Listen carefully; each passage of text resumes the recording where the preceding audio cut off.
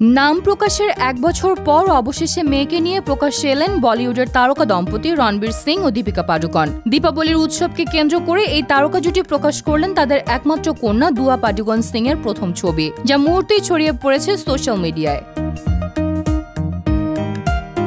ছবিতে দীপিকা, রণবীর ও ছোট্ট দুয়াকে দেখা গেছে এক উৎসব মুখর সাজে। মা দীপিকার সঙ্গে রং মিলিয়ে দুয়ার পরনে ছিল লাল রঙের জমকালো চুড়িদার, সঙ্গে মানানসই সোনার গয়না।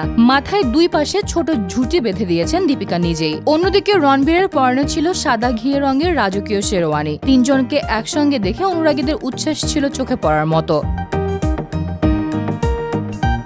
প্রায় 1 বছর আগে প্রথম দীপাবলিতেই মেয়ের নাম জানিয়েছিলেন এই তারকা দম্পতি, তবে মুখটি গোপন রেখেছিলেন এতদিন। এবার সেই অপেক্ষার অবসান ঘটিয়ে দীপাবলির আলোয় আলোকিত করলেন ছোট্ট দুয়ার মুখও। কেউ বলছেন দুয়া হুবহু দীপিকার মতো দেখতে, আবার কেউ মন্তব্য করছেন রণবীরের হাসিটাই পেয়েছে মেয়ে।